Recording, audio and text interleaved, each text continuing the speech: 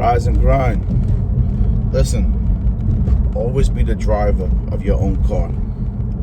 Sometimes you trust people to drive your car and they crash that shit. And that's because you put too much trust in a person. That same person could destroy your whole entire life. Basically, do not put your overall trust in nobody.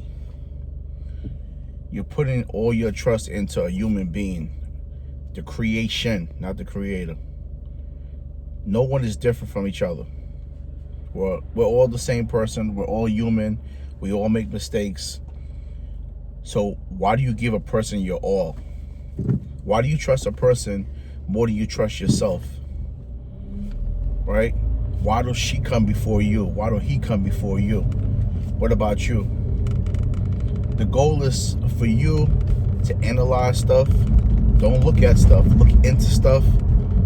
Dissect stuff so you can be sharp. Once you're sharp, you'll be able to see all that bullshit around you. And you'll have a clear vision of the shit that's going on, the people that you're around, why you're losing, because you're hanging around with losers, so you became a fucking loser. I'm telling you, I would never let someone drive my car again. Right? The shit that I've been through in life, I kicked myself in the ass because I went to sleep and I put too much trust in people. And when it was all said and done, I fucked my life up. I would never in my damn life put no damn trust into no one like that again. Be your owner, be the owner operator, dissect shit, analyze it, analyze your life. Another thing, right? Start finding time for me time. I noticed that people don't do that shit. People be at work all day, so you're so locked into work. Then from work, you with the guys, you with the girls, y'all outside, y'all drinking, y'all smoking. All right, cool, nothing wrong with it, right? But you need time to lock into yourself. You need to go to that walk in that park for like an hour. Get your mental right. You need to go to the gym, put the headphones on, vibe out. You need you time. You need lonely time, right? That's what I call it. That lonely time is going to help your life so much. You need lonely time. Because when you're around people all the damn time, you don't have time to think about real shit. When you're by yourself, that's when you get into your little depression stage, your dwelling stage. You need that shit. You need to be depressed. You need to understand what you're going through in life. Because like I said, you keep depending on people, someone is going to crash your car. Your life is your life. People only come around sometimes when you're winning. When you're losing, those motherfuckers don't be around. They don't call you and say, yo, what's up, bro? I ain't see you in a while. How you been? Nah. And then when you win and they come around, and if you don't accept them back, now they treat you like shit. They talk all type of shit about you. But at the end of the day, it doesn't matter what people say. This shit is about your life. You're here by yourself. You're really here by yourself. You're supposed to be here really with your family, your siblings, your parents, right? Because that's your first love. But some people don't even have official families. So if you don't even have official family, you're really here by yourself. Like, think about that shit.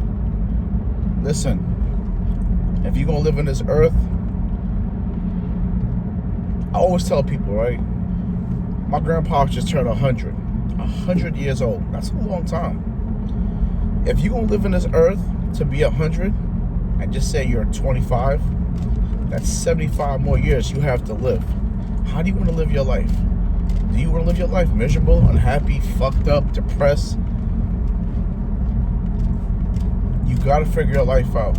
I lived miserable, depressed for 11 years of my life in prison. And I probably lived like that for another 20 or so when I was in the streets because I was confused. I was a confused kid.